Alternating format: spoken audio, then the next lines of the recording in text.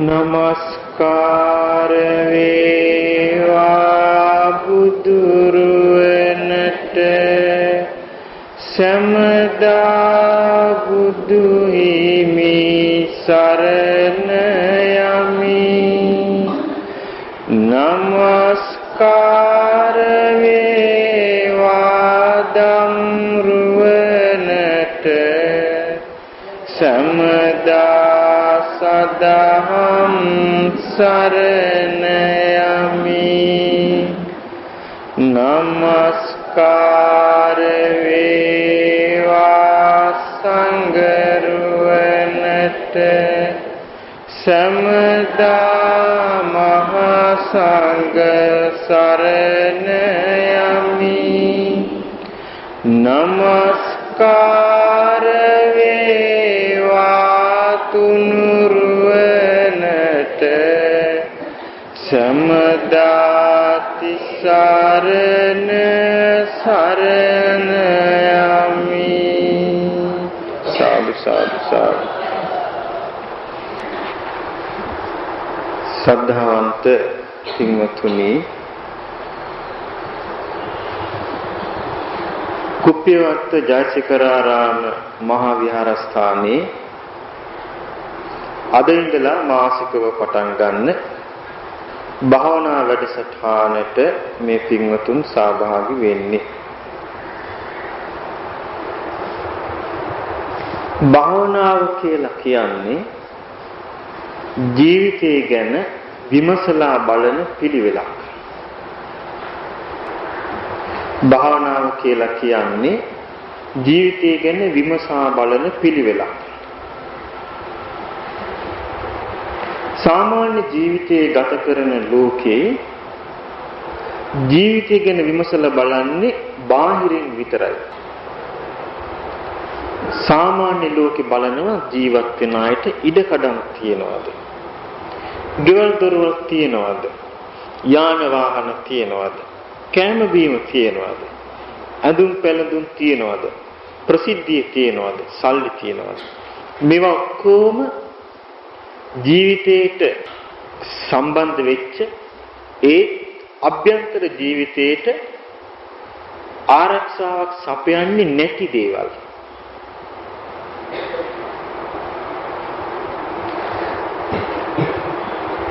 ජීවිතය කියන්නේ බාහිරව එකතු වෙන දේ විතරක් නෙවෙයි.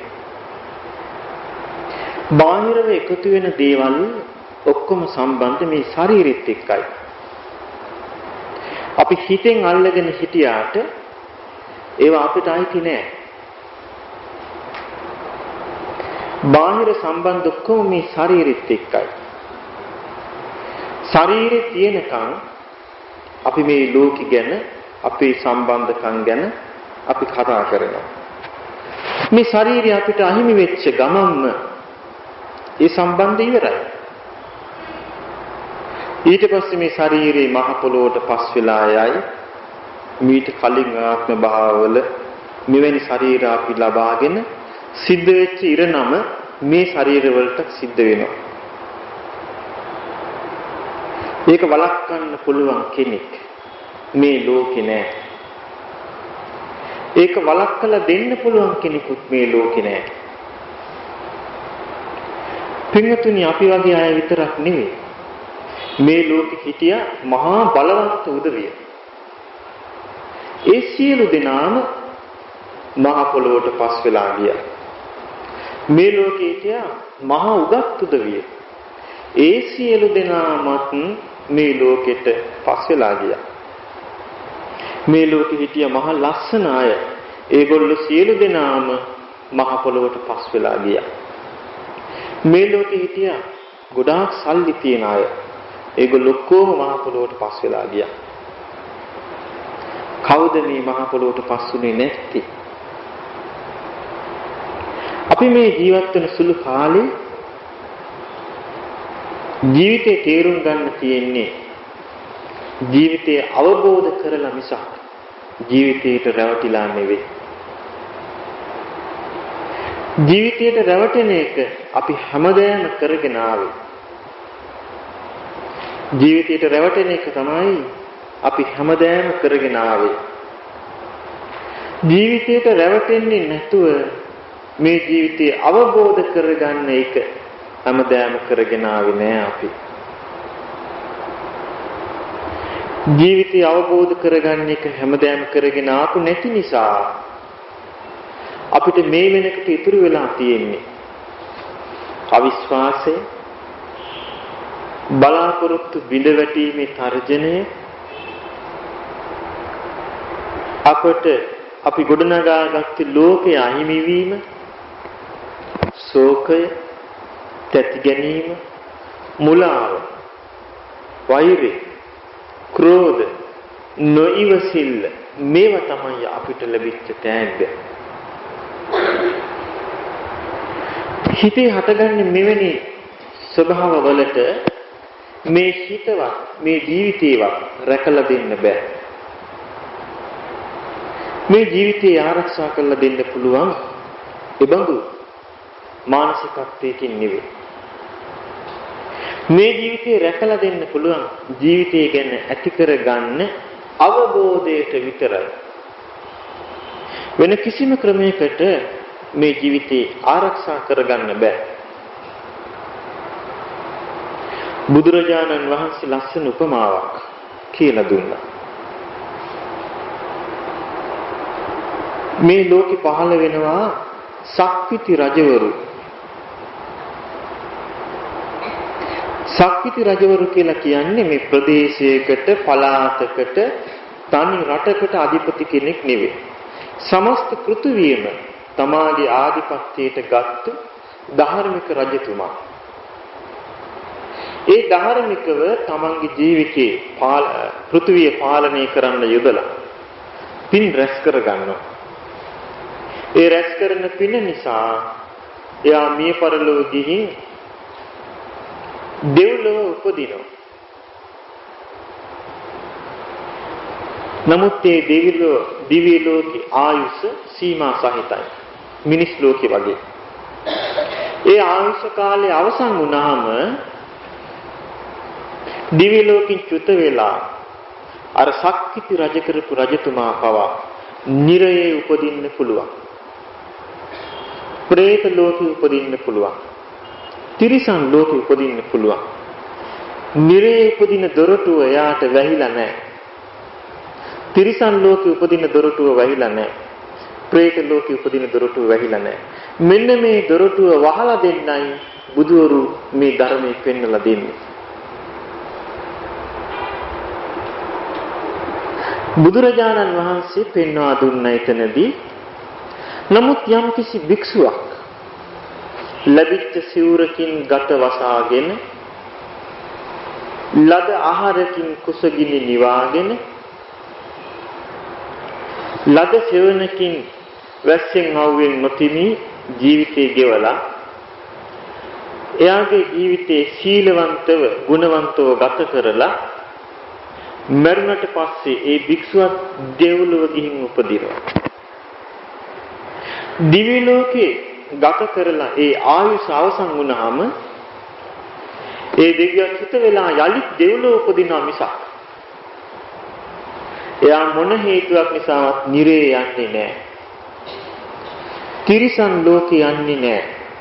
പ്രേත ලෝකේ යන්නේ නැහැ. අනේකයි මේ ජීවිතය අවබෝධ කර ගැනීමෙන් ලැබෙන පළවෙනි ආනිසංසය. ජීවිතය අවබෝධ කර ගැනීමෙන් ලැබෙන පළවෙනි ආනිසංසය දුගතියට යන්නේ නැහැ. අපේ ජීවිත ගැන අපි දන්නේ බොහොම ටිකයි.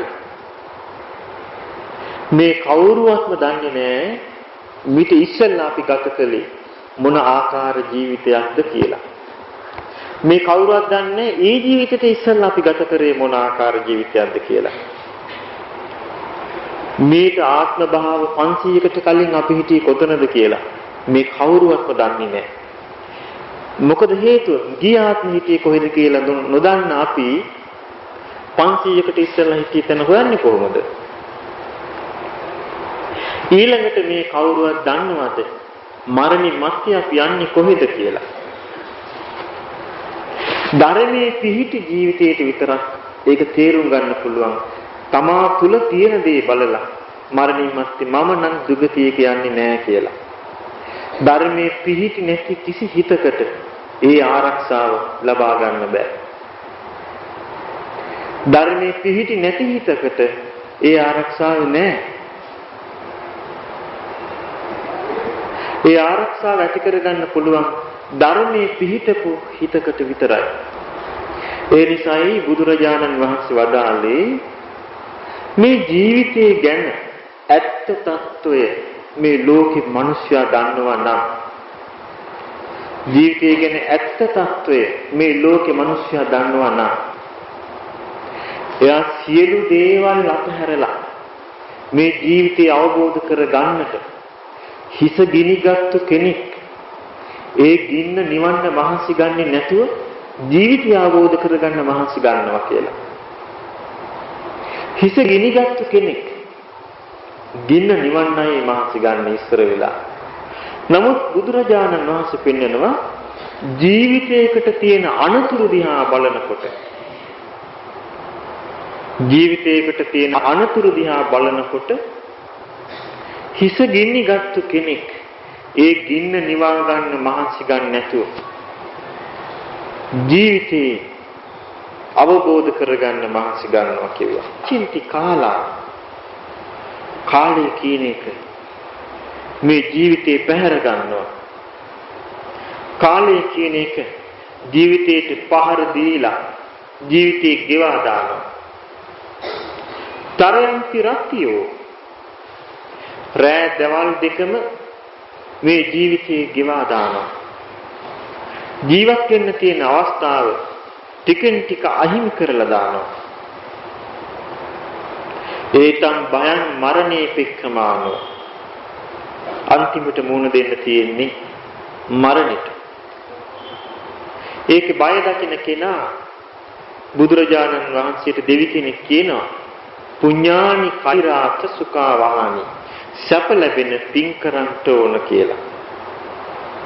බුදුරජාණන් වහන්සේ අන්න එතනදී ප්‍රකාශ කළා නෑ. එහෙම නෙවෙයි.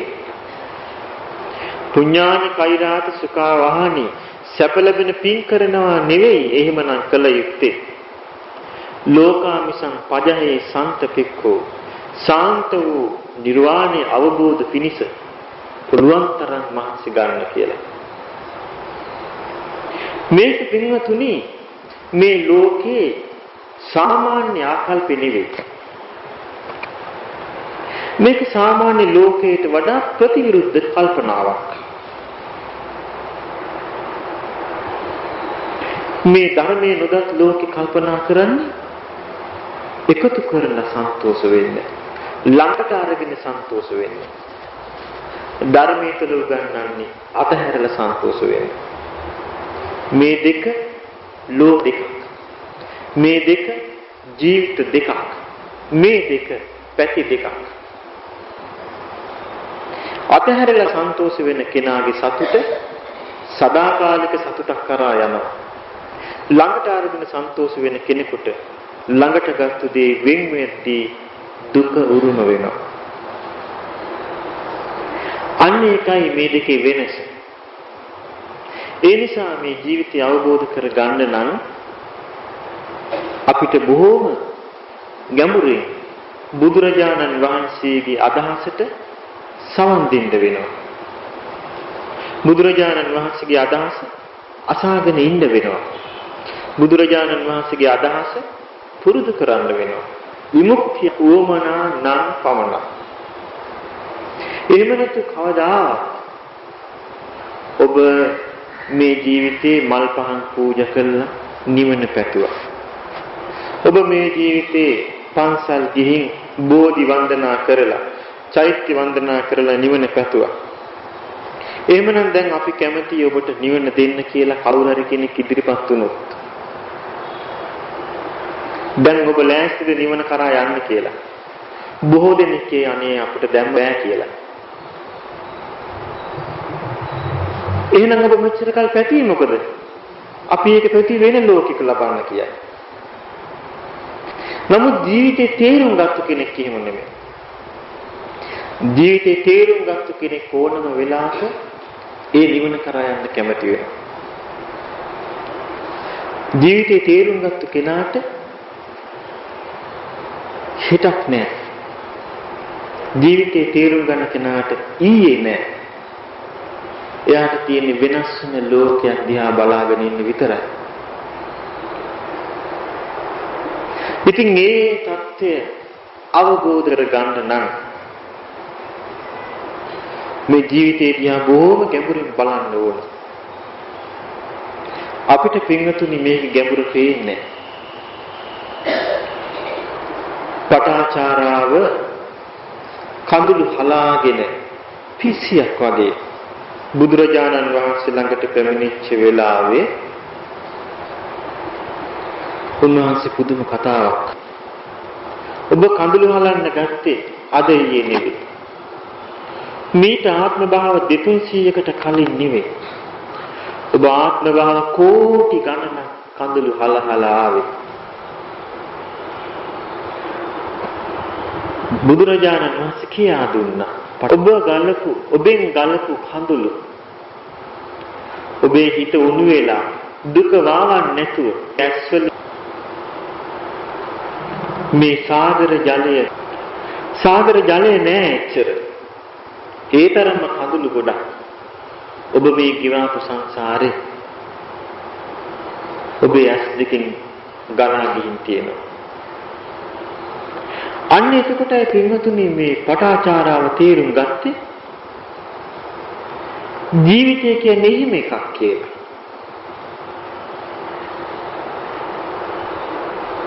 ජීවිතය කියන්නේ එහෙම එකක් කියලා තේරුම් ගත්තේ එදා.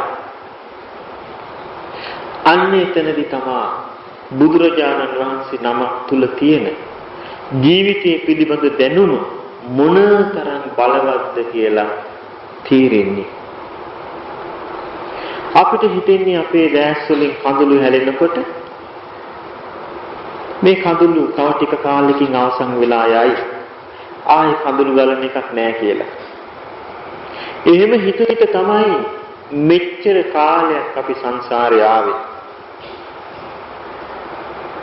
පින්වතුනි මේ සංසාරේ ආපු ගමන අපි මනුස්ස ජීවිත ලබල ඇති ගණන් කරන්න බැරි ආත්ම භාව සංඛ්‍යාවක්. අපි ප්‍රේත ලෝකේ ඉඳලා ඇති ගණන් කරන්න බැරි ආත්ම භාව සංඛ්‍යාවක්. අපි තිරිසන් ලෝකේ ඉඳලා ඇති ගණන් කරන්න බැරි ආත්ම භාව සංඛ්‍යාවක්. අපි නිරේ ඉඳලා ඇති ගණන් කරන්න බැරි ආත්ම භාව සංඛ්‍යාවක්. යාතම් මේ මිනිස් ලෝක ලැබුවේ අවුරුදු කීපයක් සඳහා. මේ අවුරුදු කීපෙට ඇස් දෙකට පේන ලෝකෙට රැවටෙන්න පොද නැහැ. මේ අවුරුදු කීපෙට කන් දෙකට ඇහෙන ලෝකෙට රැවටෙන්න පොද නැහැ. මේ අවුරුදු කීපෙට නාසයට දැනෙන ලෝකෙට, දිවට දැනෙන ලෝකෙට, කයට දැනෙන ලෝකෙට රැවටෙන්න හොඳ නැහැ. රැවටුණා ඇති අපි. මේ හිතෙන් හිතෙන ලෝකෙට රැවටෙන්න හොඳ නැහැ. රැවටුණා ඇති අපි. මේක ලේසි ගමනක් නෙවෙයි. බුදුරජාණන් වහන්සේ පෙන්වා දෙනවා හැමෝම ධර්මයේ හිතන්නේ නැහැ. ධර්මයේ හිතන ජීවිතයට විතරයි හිත රැක ගන්න පුළුවන්. ධර්මයේ හිතන්නේ නැති ජීවිතයට හිත රැක ගන්න බෑ. හිත රැක ගන්න බැරි තාක්කල් ජීවිතේ අනතුරේ ජීවිතේ රැකෙන්නේ නැහැ. බුදුරජාණන් වහන්සේ දේශනා කළා මේ ලෝකේ ධර්මයේ නොදන්න අය හිතනවා නේ දේවල් ලාමක සිටිවිලි හිතනවා. ධර්මයේ නොදන්න අය ලාමක සිටිවිලි හිතනවා. ලාමක වචන කතා කරනවා. මොනවද ලාමක සිටිවිලි? ආශාව, තරහ, වෛරය, ක්‍රෝධ, ඊර්ෂ්‍යාව, පරිගැනීම, මුලාව ලාමක සිටිවිලි. මේ නිසාම ලාමක වචන කතා කරනවා. මොනවද ලාමක වචන? බොරු කියනවා. කේලාම් කියනවා. පරුස වචන කියනවා. හිස් දේවල් කතා කරනවා. ඒ නිසා මෙයා වරදෙහි බැඳෙනවා ප්‍රාණඝාතය කරලා. එහෙම නැත්නම් සොරකමට බැඳිලා. එහෙම නැත්නම් කාමේ වරදවා හැසිරීලා. එහෙම නැත්නම් මත්පැන් පානය කරලා. එහෙම නැත්නම් අධාර්මිකව ජීවත් වෙලා. බුදුරජාණන් වහන්සේ පෙන්වන යාගේ ජීවිතේ තනි වෙන වෙලාවක් එනවා. ඇඳක හෝ පුටුවක හෝ බිම හෝ තනියම ඉන්න වෙලාවක එයාගේ ජීවිතෙන් වෙච්ච අත්තරදී කොහොම සිනමා පටයක් වගේ තමන්ගේ හිතට පේන්න ගන්නවා. ඒක හරියට ඉර බැහැගෙන යද්දී මහා කන්දක් ඉරට මුවා වෙනවා. එතකොට ඒ කන්දේ හේවණල්ල මේ පොළොවට වැටෙනවා. පොළොව වසා ගන්නවා ඒ හේවණල්ලේ. අන්න ඒ වගේ වරදට පෙළඹිච්ච ජීවිතේ කොච්චර සල්ලි තිබ්බත් වැඩක් නැහැ. කොච්චර බලය තිබ්බත් වැඩක් නැහැ. කොච්චර කීර්තිය තිබ්බත් වැඩක් නැහැ. තනි වෙච්ච වෙලාවට අර හේවණල්ලෙන් පොළොව වහගත්ත වගේ තමන්ගේ ජීවිතේ වරදට පෙළඹිච්ච ජීවිතේ ඒ අතීත කලු සෙවණැලි තමන්ගේ ජීවිතේ වසා ගන්නවා. බුදුරජාණන් වහන්සේ පෙන්නනවා එහෙම කෙනා මරණින් මත්තේ නිරේ උපදිනවා.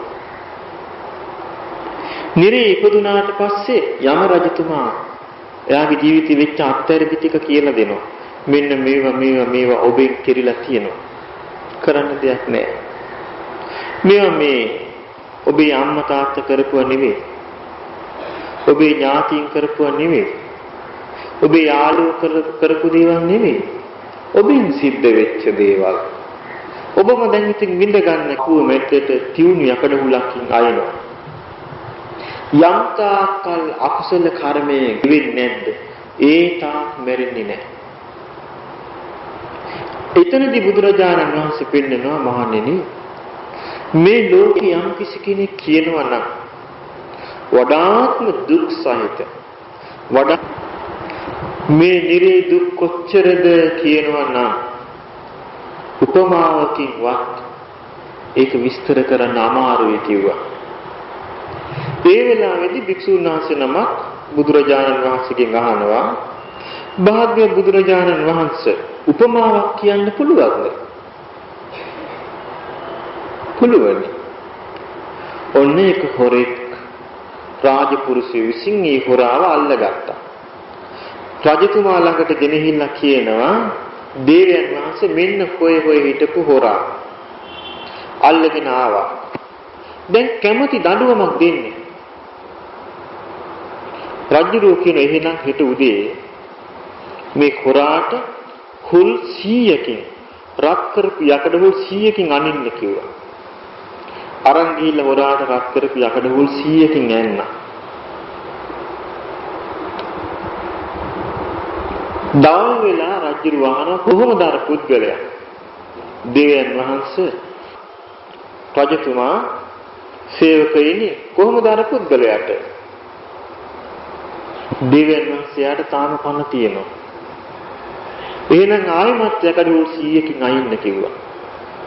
ඊට පස්සේ බුදුහාමුදුරුවෝ අහනවා මහණෙනි ප්‍රජානන් වහන්සේ අතට ගත්ත මිටින් ගන්න පුළුවන් පොඩි ගල් කැටයක් අරගෙන ඇහුවා දැන් කියන්න මහණෙනි මේ ගල් කැටේද ලොකු එහෙම නැත්නම් මේ මහා විශාල හිමාල පර්වත රාජයාද භාග්‍ය බුදුරජාණන් වහන්සේ මේ ගල් කැටේ වගේ තමයි මෙච්චර පුංචි වේදනාවක් අර කුල් 300න් ඇනුම් කන කෙනාට තියෙන්නේ. නිරේ ගිහිල්ලා උපදින කෙනා විඳින දුක මේ හිමාල පර්වතයේ වගේ. කියලා උන්වහන්සේ උපමාවෙන් පෙන්නවා. ඒ නිරයෙන් නිදහස් වෙන්නයි අපි මේ ජීවිතය අවබෝධ කරගන්න හදන්නේ. මේ ලෝකේ කාටවත් බෑ. කවදාවත් දරුවන්ට බෑ. අම්මලා තාත්තලා මැරිලා ප්‍රේත ලෝකෙ ගියොත් වළක්ව ගන්න. දරුවන්ට බෑ. අම්මලා තාත්තලා මැරිලා තිරිසන් ලෝකෙ ඉපදුනොත් වළක්ව ගන්න. දරුවන්ට බෑ. අම්මලා තාත්තලා මැරිලා නිරේ ගියොත් වළක්ව ගන්න. ඒක තමා විසින් කරගත යුතු එකක්. අම්මලා තාත්තලාට බෑ. දරුවෝ ප්‍රේත ලෝකෙ ගිහිල්ලා ඉපදුනොත් වළක්ව ගන්න. අම්මලා තාත්තලාට බෑ. දරුවෝ තිරිසන් ලෝකෙ ගිහින් ඉපදුනොත් වළක්ව ගන්න. අම්මා තාත්තට බෑ. දරුවෝ නිරේ ගිහිල්ලා ඉපදුනොත් වළක්ව ගන්න. එකම ක්‍රමයයි තියෙන්නේ. අම්මලා තාත්තලා ජීවිතය අවබෝධ කරගත්තොත් අන්නේ අම්මා තාත්තා ඒ සතර අපායෙන් මිදෙනවා. දරුවෝ ජීවිතය අවබෝධ කරගත්තොත් අන්නේ දරුවෝ මේ සතර අපායෙන් මිදෙනවා. එක්කෙනෙකුට එක්කෙනෙක් අසරණයි. මේ தත්ත්වය උරුම වෙලා තියෙන බව අපට මේ ලෝකෙ වෙන කිසිම කෙනෙක් කිව්වේ නැහැ. මේ ලෝකේ බුදුරජාණන් වහන්සේ හැර වෙන කිසි කෙනෙක් කිව්වේ නැහැ මෙබඳු ඉරණමක් කරා මේ ජීවිත යනවා කියලා. බුදුරජාණන් වහන්සේ කියලා දුන්නා මේ ජීවිතේ එහෙම එකක්. අනතුරුදායකයි. ජීවිතේ අපි නම් හිතාගෙන ඉන්නේ පින්දහම් කරලා ඊළඟ ජීවිතේ මිනිස් ලෝකෙට එන්න. හෙට වෙන්නේ මොකද්ද කියලා දන්නේ නැතුව අපේ හිතේ ඇති සැලසුම කොච්චර අසාර්ථක වෙයිද? හෙට සිද්ධ වෙන්නේ මොකද්ද කියලා පේන්නේ නැති අපිට කොහොමද ඊළඟ ජීවිතේ අපි මිනිස් ලෝකෙට එයි කියලා දන්නේ? මේ ලැබිච්ච මනුස්සාත්මේ ධර්මයේ හැසිරෙන්න තියෙන අපේ ප්‍රමාද දිහා බලනකොට ඊළඟ ජීවිතේ මොන ආකාරයට නොමග යයිද කියලා කවුද දන්නේ? ඊළඟ ජීවිතේ මොන ආගමක උපදීද කියලා කවුද දන්නේ? ඊළඟ ජීවිතේ මොන ජාතියක උපදීද කියලා කවුද දන්නේ? ඊළඟ ජීවිතේ මොන රටක උපදීද කියලා කවුද දන්නේ? ඊළඟ ජීවිතේ අපි මොනවා කරගනීද කියලා දන්න කෙනෙක් නැහැ. එහෙමනම් අපට මේ ජීවිතය ගැන දැනගන්න බොහෝම දේවල් තියෙනවා. මේ ජීවිතයේදී Taman තුල ධර්මයේ තිබුණොත් මේ කය අතහරිනකොට අපි අල්ලගන්නේ ධර්මය. මේ ජීවිතේ ධර්මයේ නැත්නම් මේ කය අතහරිනකොට අපි අල්ලගන්නේ කයමයි. මරණාසන්න වෙනකොට අපි මැරෙනකොට මේ ශරීරෙමයි අල්ලගන්නේ. ඇයි පුරුදු කළා නැත්නම් ධර්මය. එහෙම නැත්නම් අපි අල්ලගන්නේ අපේ ගෙවල් දොරවල්. එහෙම නැත්නම් අපි අල්ලගන්නේ අපේ ස්වාමියා භාර්යාව නැත්නම් දරුවෝ මිසක් වෙන එකක් අල්ලගන්න ශක්තියක් නැහැ සාමාන්‍ය හිතකට. ධර්මයේ පුරුදු කරපු හිත කැමැතිස්සෙම ධර්මයේ අල්ලගන්නවා. ධර්මයේ අල්ලගත්තු හිත මොනම හේතුවක් නිසාවත් නරක තැනක උපදින්නේ නැහැ. අන්න ඒකයි ඒ ආරක්ෂාව හැම මොහොතෙම අපේ ජීවිතවලට ලැබෙනවා. අපි ධර්මයේ තුල ජීවත් වෙන්න පුරුදු වුණොත්. අපි ඒ සඳහා කැප කරන්න ඕනේ පින්වතුනි. අපි දන්නවා සල්ලි ඕන කෙනා සල්ලි හම්බ කරන්න ව්‍යාපාර කරනවා. සල්ලි හම්බ කරන්න නොයෙක් විදිහේ දේවල් කරනවා. සල්ලි ඕනේ නම් යාට සල්ලි ලැබෙනවා. වී ඕනේ නම් යා කුඹුරු වපුරනවා. කුඹුරු අස්වද්දනවා. අස්වන් නෙලනවා. එයා වී ගන්නවා. පළතුරු ඕනේ නම් එයා පළතුරු වගා කරනවා. එයාට පළතුරු ලැබෙනවා. තමන්ට ඕන දෙයටයි තමන් මහන්සි වෙන්නේ. යම් කිසි කෙනෙකුට සසර දුකින් මිදෙන්න ඕනේ නම් එයා ධර්මයේ සොයාගෙන යා යුතුයි. එයා ධර්මයේ සොයාගෙන යා යුතුයි.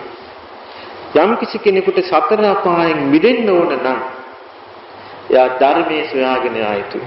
කවදාවත් මේ ධර්මයේ තමාගේ ළඟට එන්නේ නැහැ. තමා විසින් ධර්මයේ සොයාගෙන යන්න ඕන.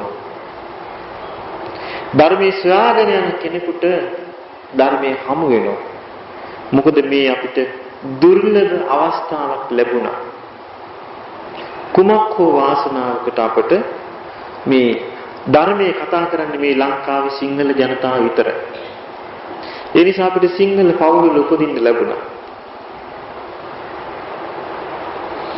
මේ ධර්මයේ කතා කරන පිරිස්, ධර්මයේ හොයන පිරිස්, ධර්මයේ හැසිරෙන පිරිස්, නිවන පතාගෙන ශාසනය තුල ඉන්න පිරිස් මේ ලෝකේ ඉන්න පරිසරයක උපදින්න ලැබුණා. මේක දුර්ලභ අවස්ථාවක් ජීවිතේ. අතිශයින්ම දුර්ලභ අවස්ථාවක්. මේ අවස්ථාව ආයේ වෙන ජීවිතයක වෙන කාලයක ලැබෙයි කියලා සිහිනින්වත් හිතන්න එපා. මේ දුර්ලභ අවස්ථාවේ බුදුරජාණන් වහන්සේ පෙන්වන්නේ පිපාසයෙන් ඉන්න කෙනෙක් අධික පිපාසයකින් වතුර හොය යනවා.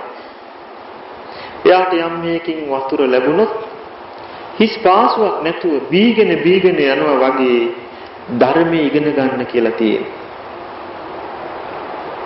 මොකද හේතුව ධර්මයට පුළුවන් මිනිස්යාව නිරේට යන එක වළක්වන්න. ධර්මයට පුළුවන් මිනිස්යා තිරිසන් ලෝකෙට යන එක වළක්වන්න. ධර්මයට පුළුවන් මිනිස්යා പ്രേත ලෝකෙ යන එක වළක්වන්න. ධර්මයට පුළුවන් මිනිස්යා යලි උපදින එක වළක්වන්න. ධර්මයට පුළුවන් මිනිස්යා හඬන එක වළක්වන්න. ධර්මයට පුළුවන් මිනිස්යා වැළපෙන එක වළක්වන්නට. ධර්මයට පුළුවන් මිනිස්යා ශෝක කරන එක වළක්වන්නට. ධර්මයට පුළුවන් මුළු මොනින්ම මේ ජීවිතේ සියලු දුක් වලින් නිදහස් කරලා දෙන්නට. වෙන කිසි දෙයකට බෑ. ඒ නිසා පින්වතුනි මේ දුර්ලභ අවස්ථාව අපිට හමු වෙලා ඒ දුර්ලභ අවස්ථාවෙන් උපරිම ප්‍රයෝජනෙ ගන්න. මොකද මේ ධර්මයේ දේශනා කරන මම පවා හැමදේම බණ කී ඉන්න කෙනෙක් නෙමෙයි. තව සුළු කාලෙකින් මමත් ඔක්කොම අතහැරලා යනවා. ඒ නිසා මේ කාල පරිච්ඡේදය තුල අපෙන් ඉගෙන ගන්න දේවල් ඉගෙන ගන්න. උපරිම විදියට ඉගෙන ගන්න. ඒ ධර්මයේ හැසිරෙන්න. අපිට නිවන පිණිස ඕන දෙයක් අතාරින්න පුළුවන්. ඒ මට්ටමට හිත දියුණු කළේ නැත්තම් නිවන කරා යන්න බෑ. ඒ නිසා මේ පින්වතුන්ට පුළුවන් තරම් ධර්මයේ හදාarලා ධර්මයේ ඉගෙනගෙන සීලය, සමාධිය, ප්‍රඥාවත් වඩා ගන්න. ඒ සඳහා තමයි මේ වැඩපිළිවෙල තියෙන්නේ. ධර්මයේ ඉගෙන ගැනීමේදී අපි කතා කරනවා භාවනාව කියලා වචනයක්. භාවනාව කියන එකේ තේරුම පුරුදු කිරීම. පුරුදු කිරීම. මොකක්ද අපි පුරුදු කරන්නේ? පුරුදු කරනවා කය ගැන විමසන්න. පුරුදු කරනවා විඳීම් ගැන විමසන්න. පුරුදු කරනවා සිත ගැන විමසන්න. පුරුදු කරනවා සිතේ සකස් වෙච්ච දේවල් විමසන්න. ඒ ඔක්කොම පුරුදු තමාගේ ජීවිතයට හැරිලා තියෙන්නේ. තමාගේ ජීවිතය තුලින් බාහිර ලෝකෙ දිහා බලන්න පුරුදු කරන්න. අන්න ඒකටයි භාවනාව කියලා කියන්නේ. භාවනාව ප්‍රධාන කොටස් දෙකකට බෙදෙනවා. එකක් සමත, අනිත් එක විදර්ශනාව. සමත කියලා කියන්නේ සිත පාලනය කරන ක්‍රමය. සමත කියන්නේ සිත පාලනය කරන ක්‍රමය. විදර්ශනාව කියලා කියන්නේ අවබෝධ කරන ක්‍රමය. සමත කියන්නේ ජීවිතේ පාලනය කරනවා, සංසිඳවනවා. විදර්ශනාව කියන්නේ ජීවිතේ අවබෝධ කරනවා. මේ දෙක තමයි භාවනාව හැටියට අපට තියෙන්නේ. මේක බුදුරජාණන් වහන්සේ තමයි අපට කියලා දුන්නේ. මෙවැනි ක්‍රමයකට මේ ජීවිතේ දුකෙන් නිදහස් කරගන්න පුළුවන් කියලා. ඉතින් මේ අවස්ථාව අපි කොහොම හරි ඇති කරගන්න ඕනේ මේ ජීවිතේදී. ඊළඟ ජීවිතේ හිතන්න එපා. මේ ජීවිතේ ඇති කරගන්න ඕනේ. නොපෙනෙන ලෝකයක ඔටුනු පළඳින්න හිතන්න එපා. පේන ලෝකයේ තුල ජීවිතේ දකින්න මහන්සි ගනිමු. ඒ අවබෝධ කරන පැත්තේ ජීවිතේ දැන් අද මම උදේවරුේ උගන්වන්නේ ජීවිතේ පාලනය කරන කොටස. හවස් වරුේ උගන්වන්නේ ජීවිතය අවබෝධ කරගන්න කොටස. ජීවිතේ පාලනය කරන කොටස් අතර ප්‍රධාන එකක් මෛත්‍රී භාවනාව. ඊළඟට ජීවිතේ පාලනය කරන ක්‍රම අතර ප්‍රධාන එකක් අසුභය සිහි කිරීම. ඊළඟට ජීවිතේ පාලනය කරන ක්‍රම අතර ප්‍රධාන එකක් ආනාපාන සතිය සිහි කිරීම. ජීවිතය අවබෝධ කරන කොටස් අතර ප්‍රධාන ක්‍රමයක් අනිත්‍ය සිහි කිරීම. ජීවිතය අවබෝධ කරන ප්‍රධාන එකක් දුක සිහි කිරීම. ජීවිතය අවබෝධ කරන ප්‍රධාන ක්‍රමයක් ආත්මයෙන් තොර ජීවිත පැවැත්ම සිහි කිරීම. ඒ දෙක හරියාකාර ලෙස ඉගෙන නොගත්තොත් මේ ජීවිත ගැටලුව විසඳ ගන්න බෑ. සමථය කිව්වේ හිත සංසිඳුවනවා, ජීවිතේ සංසිඳුවනවා. විදර්ශනාව කිව්වේ ජීවිතය අවබෝධ කරනවා. ජීවිතේ සංසිඳුවා ගත්ත කෙනාට සමාධියක් ඇති කරගන්න පුළුවන්. මේ සමාධිය බලවත් කරගත්තු කෙනාට ධ්‍යාන ඇති කරගන්න පුළුවන්. ගිහි ජීවිතය තුල බෑ කියලා එකක් නෑ. මොකද හිත ගිහි හිතක් කියලා එකක් නෑ. කල්පනාවක් ඒක. හිත හදාගත්තු එයා විතරයි දුකින් නිදහස් වෙනවා. ගිහි ජීවිතය තුල අනාගාමි වෙච්ච අය ඕන තරම් හිටියා.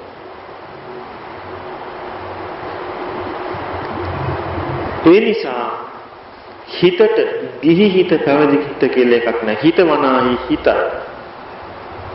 ඒ හිත පුරුදු කරලා තියෙනවා නම් සාංශාරික වශයෙන් විරාග ධර්ම මේ ජීවිතයේදී අන්න ඒ නිසයි මේ පිරිස එකට ඇදිලා එන්නේ. දැන් බලන්න හැම දිනෙකම ධර්මයෙන් සොයාගෙන යන්නේ නැහැ. ජීවිතයේ ගැඹුරින් හිතන පිරිස තමයි ධර්මයේ සොයාගෙන යන්නේ. දැන් මෙතනට ඇවිල්ලා තියෙන්නේ එහෙම පිරිසක්. ගෙදර වැඩ කටයුතු සඳහා කාලය ගත කළා ගෙදරට මුලා වෙන්නේ නැතුව ඒ කටයුතු අතහැරලා මෙතනට ආවේ ජීවිතය ගැන යමක් ඉගෙන ගන්න. මෛත්‍රී භාවනාව කරගෙන යද්දී එහෙම නැත්නම් අසුබ කරගෙන යද්දී මම ටිකෙන් ටික මේ අවස්ථාවල කියලා දෙන්නම්. තමන්ගේ ජීවිතේ ආනාපාන සතිය වගේ එකක් හෝ කරගෙන යද්දී අතීතයට සිත යනවා.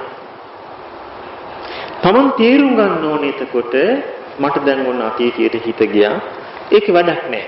මම මේ කරන දේ කරනවා කියලා යලි ඒ අරමුණට එන්න ඕනේ. එහෙම නැත්තම් අනාගතයට හිත යනවා. මට අනාගතේ වැඩක් නෑ. මම මේ කරන දේ කරනවා කියලා ආයමත් මේ භාවනා අරමුණට සිත ගන්න ඕනේ. බාහිර ලෝකයට සිත යනවා. මට බාහිර ලෝකෙ වැඩක් නැහැ කියලා ආයමත් භාවනා ආරමුණට සිත ගන්න ඕනේ. මේ විදිහට හිත හසුරවන්න, පාලනයට ලක් කරන්න පුරුදු වෙනකොට එයාට අවශ්‍යයෙන්ම වුමනා කරන උත්සාහය. අපි කාටත් අඩුම එක. උත්සාහය නැතුව මේ ලෝකෙ කිසි දෙයක් කරන්න බෑ.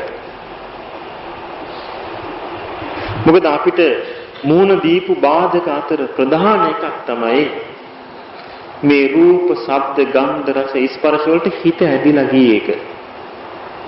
මේකින් හිත වෙන් කරලා මේ අරමුණේ, භාවනා අරමුණේ සිත හසුරවන්න ඕනේ. ඒක උත්සාහයකින් කළ යුතු එකක්. ඊළඟ එක තමයි හිත ගැටෙන එක. ඒකට යට වෙන්න නොදී මේ භාවනා අරමුණේම සිත පිහිටවන්න ඕන. ඊළඟ එක නිදිමත. මේක තමයි අපේ බලවත්ම හතුරා. නිදිමත එනකොට මතක තියාගන්න ඒ නිදිමත පාලනය කරන්න පුළුවන් තරම් තමයි බලවත් උත්සාහයක් ගන්න ඕන. එක දිගට භාවනා කරගන්න ලැබුණොත් මේ පිරිසට ඔක පාලනය වෙනවා. සාමාන්‍යයෙන් එකපාරට භාවනාවට එන කෙනෙකුට නිදිමත පාලනය කරගන්න බෑ. මම පිළිගන්නවා ඒක. නමුත් එක දිගට පුළුවන් නම් දවස් දෙකක් තුනක් භාවනා කරගෙන යන්න ඊට පස්සේ නිදිමත ප්‍රශ්න ඉවරයි. ඊට පස්සේ පාලනය වෙනවා. එහෙම පාලනයක් ඇති කරගත්තට පස්සේ එයාට භාවනා අරමුණට ආවම ඒ අරමුණේ හොඳට හිත පුරුදු වෙනවා. අපිට නිදිමතකින් තොරව අහන්න පුළුවන් දේවල් තියෙනවා. අපිට පින්තූරයක් බලද්දි, නාට්‍යයක් බලද්දි නිදිමත එන්නේ නැහැ. අපි කැමති දෙයක් අහද්දි නිදිමත එන්නේ නැහැ. නමුත් අපිට නිදිමත එන්නේම මේ අරමුණට හිත හසුරවා ගන්න බලද්දිමයි. ඒකේ තේරුම භාවනා අරමුණ එකපාරට හිත කැමති වෙන එකක් නෙවෙයි. අපි බලෙන් හිතට ඒක පුරුදු කරන්නේ. මොකද මේක හිතේ පාලනයක් එක්ක යන එක. කායික මානසික අලස බව එනකොට ඒකට උත්සාහයෙන්ම තමයි පිළිතුරු දෙන්න තියෙන්නේ.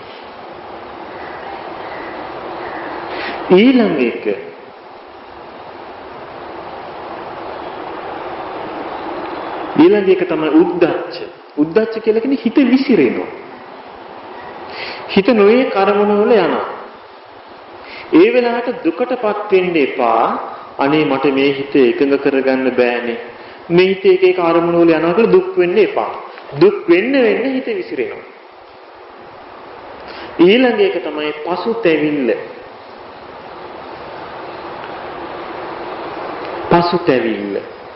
පසුතැවෙන්න එපා. ගෙවිච්ච අතීතය ගැන හිතලා. ගෙවිච්ච අතීතය ගැන හිතලා පසුතැවෙන්න හිත විසිරෙනවා. ඒක සම්පූර්ණයෙන්ම අමතක කරලා දාන්න. මොකද මේ කර්ම කියලා කියන්නේ නිත්‍ය දේවල් නෙවෙයි අනිත්‍ය දේවල්. මේ කර්ම ඔක්කොම වෙනස් කරන්න පුළුවන්. ඔය ගෙවිච්ච අතීතේ හිත හිටියොත් අපිට වෙන කරගන්න දෙයක් නැති වෙනවා මේ ජීවිතේ. ඒ නිසා ඒ ගෙවිච්ච අතීතේ හිතන්න එපා. ඒක සම්පූර්ණයෙන්ම අතහැරලා දාන්න. මේ ලෝකේ වැරදිච්ච නැති කෙනෙක් හොයන්න නැහැ. මේ ලෝකේ දුර්වලකම් නැති කෙනෙක් හොයන්න නැහැ. අඩුපාඩු සිදු නොවිච්ච ජීවිතයක් හොයන්න නැහැ. ඒ නිසා ඒකේ වැඩක් නැහැ. ඒක සම්පූර්ණයෙන්ම අතහැරලා දාන්න. අතහැරලා දාන්න අමාරුයි හුඟක් දෙනකොට භාවනා වශයෙන් වඩන එකට වැරද්ද සිහි වෙනවා. ඒ බඳු එකක් හිතට ආපු ගමන් මේක හිතේ ඇති වෙච්ච සිටිවිල්ලක් හැටියට හිතලා සියලු භාවනාවල් නවත්තලා ඒ සිටිවිල්ල දිහා බලාගෙන ඒ සිටිවිල්ල අනිත්‍යයි ඒ සිටිවිල්ල මම නෙවෙයි මගේ ආත්මෙ නෙවෙයි කියලා ඒක සිහි කළා ඒක අතහරින්නම ඕන. එහෙම අතහරින්නේ නැත්නම් ওই වගේ දුර්වලකම් සිටිවිලි තමයි මරණාසන්නේ බලවත් වෙන්නේ. ඒවා හිතලා අතහරින්න ඕනේ. ඒවා අතහරින්න පුළුවන් අනිත්‍ය දේවල්. අපි හිතෙන් අල්ලගන්නේ නැත්නම් අපිට ඒක අතහරින්න පුළුවන්. මේ ලෝකේ අතහරින්න බැරි ආනන්තරී පාප කර්ම විතරයි. අනිත් ඕනෙම එකක් අතහරින්න පුළුවන්. ඒ නිසා ජීවිත ජීවිතයේ සිදුවෙච්ච අත්වැරදි යලි හිත දුක් විඳින්න එපා. ඒක ජීවිතයට කරගන්න බලවත් පාඩුවක්. ඒ පාඩුව ජීවිතය ඇති කරගන්න එපා. ගෙවුණා ඉවරයි කියලා ඒක අතහැරලා දාන්න. එතකොට පසුතැවෙන්න ඉවරයි. සැකේ කියන්නේ මේක හරියයිද වරදීද කියලා කල්පනා කරන එක.